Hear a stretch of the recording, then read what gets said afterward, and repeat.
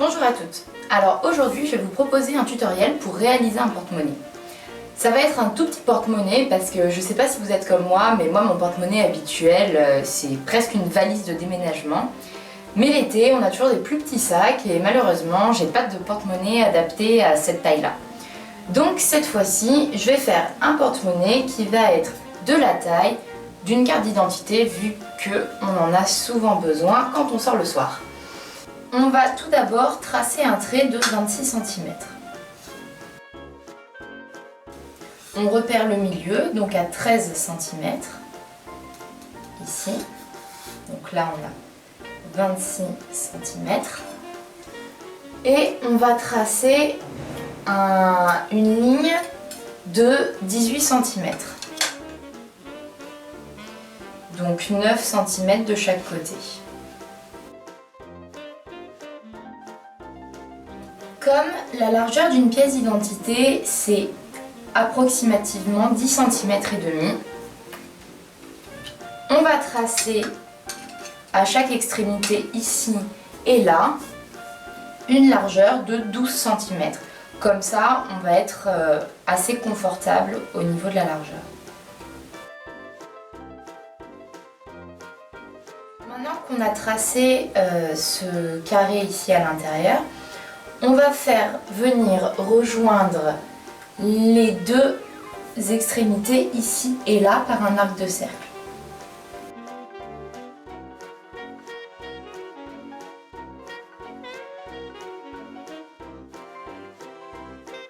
Maintenant qu'on a fait les arcs de cercle tout autour, on va prendre 1 cm de part et d'autre de la ligne médiane sur cette ligne ici.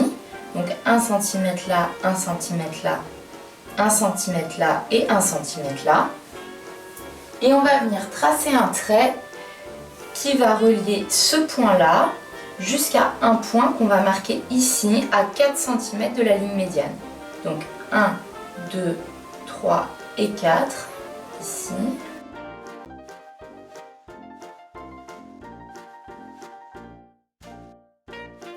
Maintenant, à partir de la ligne médiane ici, on va venir tracer un trait qui va partir donc de ce point ici jusqu'à 1 cm à l'intérieur de cette ligne-là, ici et là.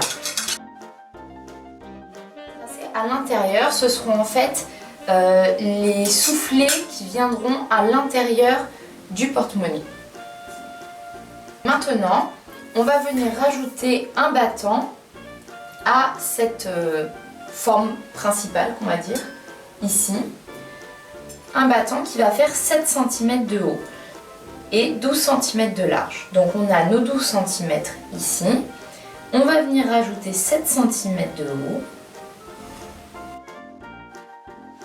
On va arrondir un petit peu les angles. Enfin, nous allons réaliser une dernière partie qu'on va mettre ici, qui va être une partie de 12 cm de large, 20 cm de long. Donc, sur un des coins, enfin un des bords, on va venir arrondir un petit peu l'angle.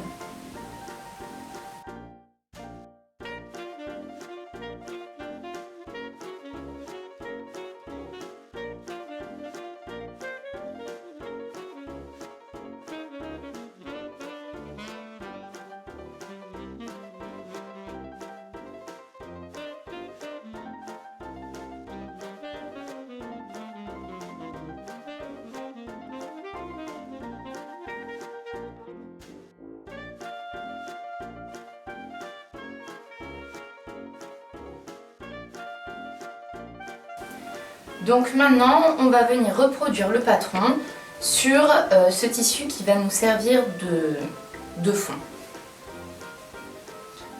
De même pour la deuxième partie ici.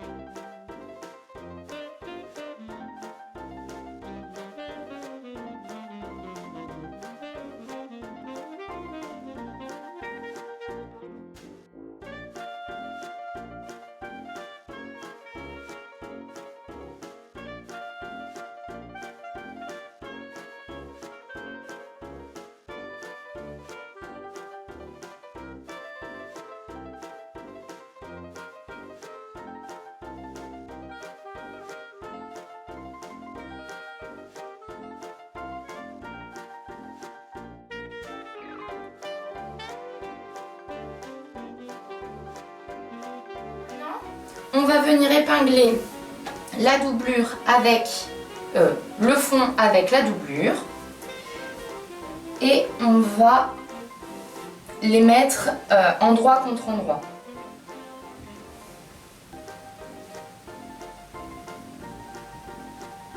Et on fait ça pour les deux pièces.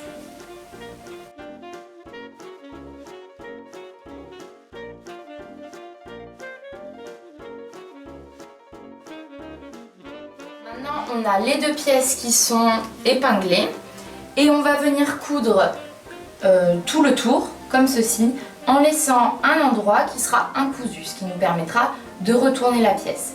Donc ici et ici. Donc maintenant qu'on a cousu nos pièces en laissant un trou ici et là, on va les retourner.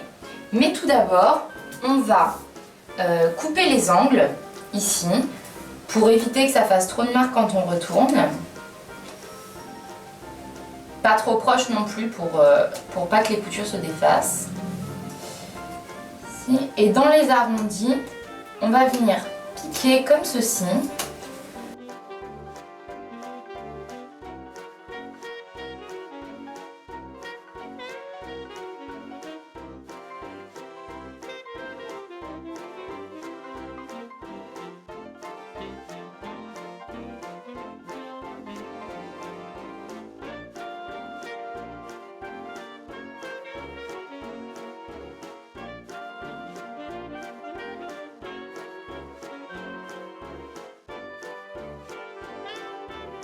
Voilà, donc maintenant on a ces deux pièces là qui sont retournées. On va venir surpiquer tout autour. Alors ça va avoir plusieurs buts. Déjà d'un point de vue esthétique, ça va permettre de plus jolies finitions. Ensuite, ça va permettre ici, dans les trous qu'on a laissés pour pouvoir retourner les pièces, de les fermer, tout simplement. Allez. Donc maintenant que nous avons ceci, nous allons mettre la petite pièce sur la grande, voilà, à l'intérieur, comme ceci. Et on va venir marquer le milieu de l'ovale ici, qu'il y avait sur notre patron, cette bande-là.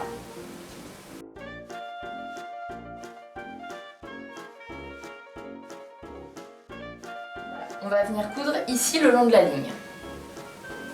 Voilà, donc on a assemblé les deux pièces, ici, vous pouvez voir la couture derrière.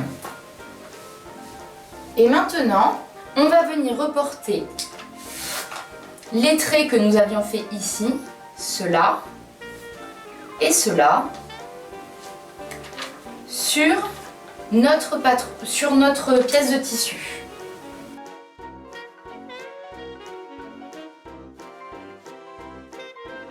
Donc on va venir former les soufflets de cette manière-là.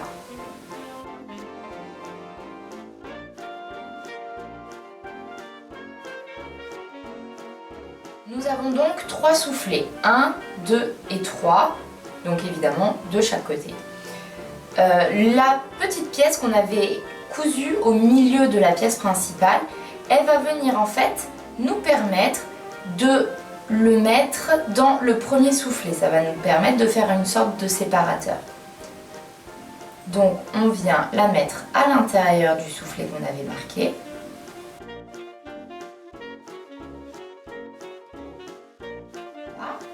Et la deuxième partie, qui est la plus grande, elle va venir dans le deuxième soufflet ici. Et le petit rabat là doit dépasser d'approximativement 2 bons centimètres.